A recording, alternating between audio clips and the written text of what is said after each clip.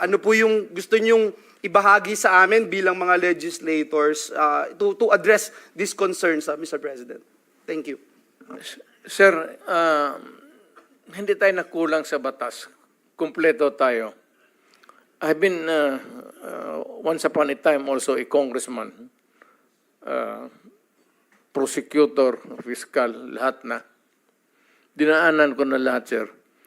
It is really the determination sa local officials. Alam mo kasi ang droga is a very dangerous. Kaya as we are talking now, hindi perpekto itong ating bayan. May mga mayor